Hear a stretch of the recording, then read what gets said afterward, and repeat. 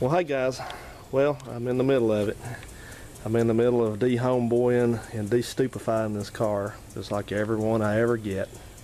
Same routine, same things.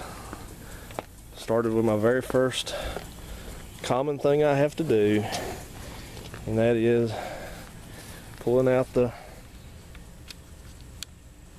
10 or 20 feet of wire going to the amplifier, which is no longer here in the trunk. Same stuff. Had to pull the carpet up. You know, there's part of it. It went, of course, like always, went all the way back here. Had to pull the seat out back there, all the way back to the trunk. So I got that out of the way, and I'm liking this nice shag carpet. I think whoever owned this car originally must have been like an old person and actually took good care of it. The guy that I got it from, well, he was a scrap dealer. He didn't own it. You might as well not say he owned it, but the person that owned it before him that was on the paperwork in there for a short time bought it back about the first part of 2011, and he's a high school kid over in the state over here, we'll just say that. His first name's Jamarcus, Jamarcus. I won't say his last name, but anyway, he bought it back in January of 2011, and it said right on the paperwork, he gave $800 for this thing, and it said right on the paperwork, possible blown head gasket or cracked head, but he bought it. Yeah, so, but anyway, you know, why not? Put them 22-inch wheels on, you have a nice car, even if it doesn't run. But anyway, I think the person that owned this car originally took a lot of good care of it, because look under here.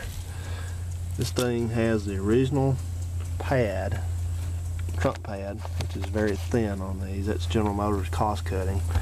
But the whole thing is still under here. It looks like it's in excellent condition. They protected it with this carpet. Yeah, that thing it's very thin. It's not near as good as the old ones, but it's still there. And also has the jack and all that. I won't dig that out, but it's right there. Jack handle and all that. The only thing missing is the spare. So I vacuumed this all out. Looks like they've had the carburetor off of it. Found that, and some vacuum tree caps.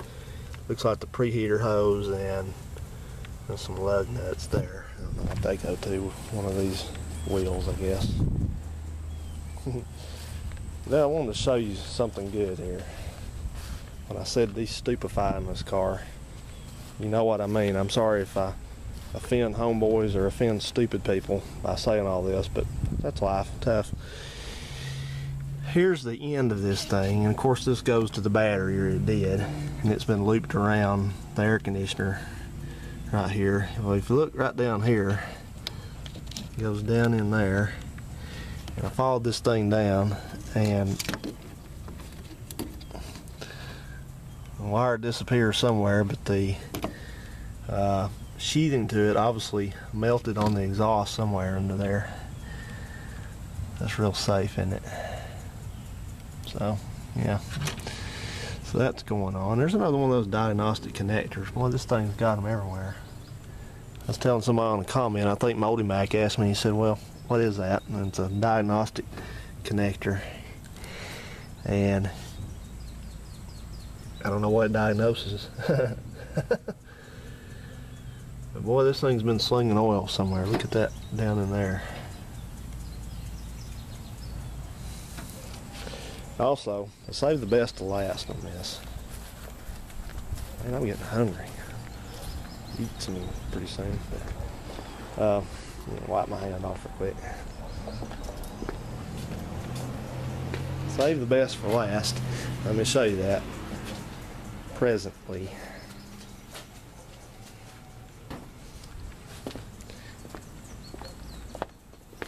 Alright, I've been working on the interior, so I'm getting ready to vacuum it.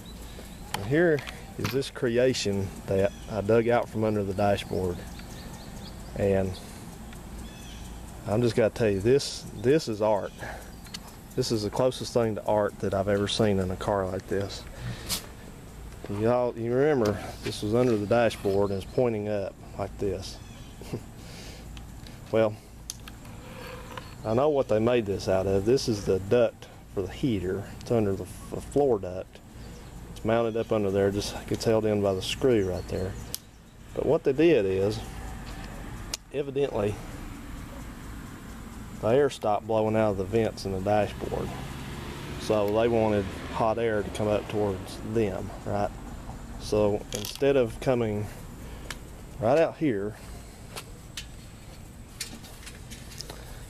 and finding that hose right there, you see that line that's busted off, the white one comes over there, and then you got a black one right there that goes here. Instead of trying to learn something and actually know something about what you're doing, they went to all this effort to rig this thing up. They even screwed them in right here,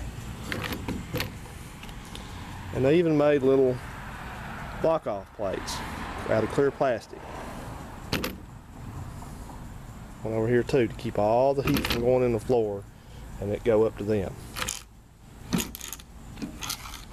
So what should we call this? Let's call this the official Chevrolet floor duct bypass unit.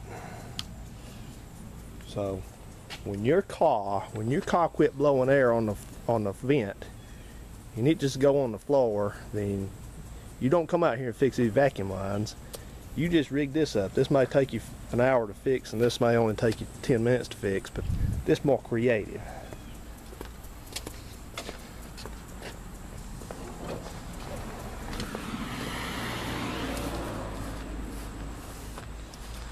And I got this drying out in here. You got some water on the floor, so I'm letting that kind of dry for a while, a few days. But that's why the heater wasn't working while I was under here. I also noticed, you see this reservoir?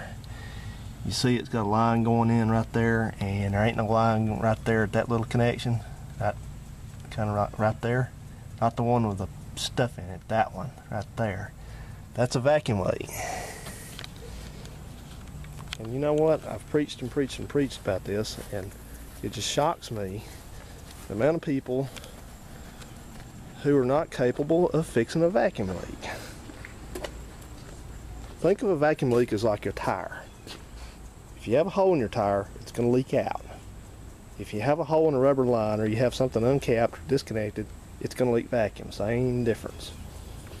The engine won't run right like that. That might be why they had the carburetor off of it.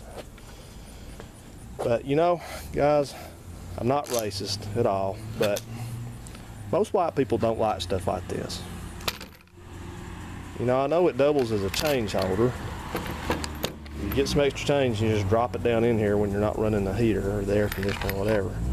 But you know, us white bread people like me, we just don't go for stuff like this. So I'm going to take this back apart. But I wanted to document this for posterity. So if you never ever see one of these ever again, you've seen it here, right on my channel. So, good grief. I was going to try to give this thing a bath today, but I don't think I'm going to make it. I got to get to the parts store by a little after 7, and it's almost 20 till now, so 25 till. But I located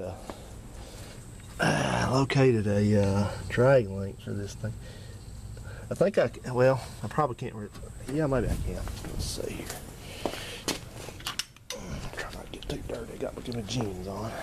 Let's see if I can show you real quick what happened under here. Okay. Jesus. All right. You orient yourself here. Here's the front of the car. Hang on a second. Okay, this is a sway bar right here you see running across right there. It would have been so much better if they'd tied to that, but they didn't. Now, you see this thing here? There's in your left-hand tie rod. Connects right there. And then that bar right there, it goes over to the other side, and it's got it connects to the I guess that's the outer arm over there. You can see where it connects right there. Well, you see how that's bent like a pretzel? I don't know if you can really see it, but see how it's bent? It's kind of like a shallow U shape now. It's not supposed to be like that. It's supposed to be straight like that. That thing. So that's what happened. I decided to give this thing a yank, I guess, and bent the crap out of it.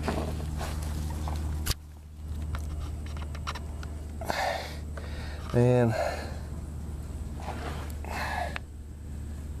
there may or may not be something going on over here too on this side, but I don't know yet. I'm not gonna get into that yet.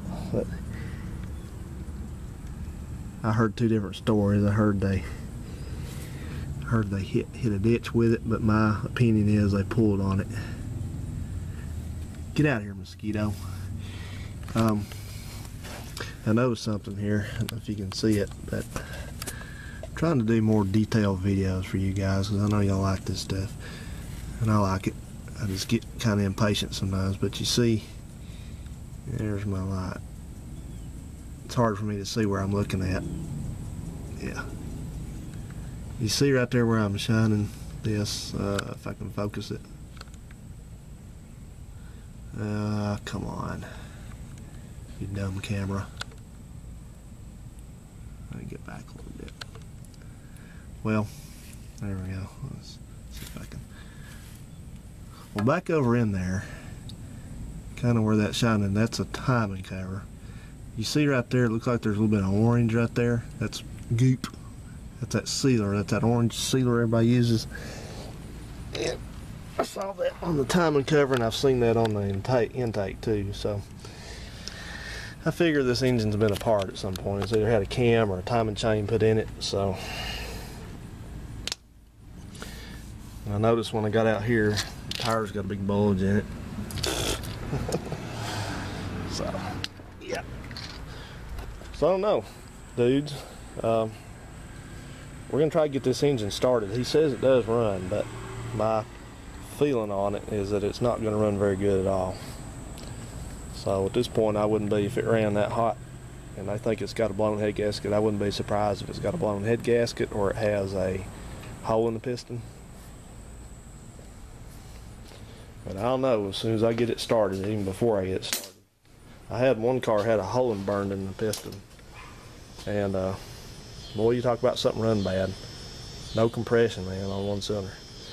So alright guys, I'm going to finish up. So wrap this up and get this thing covered up again and all that. So I just want to show you what's up. So stay tuned. Bye.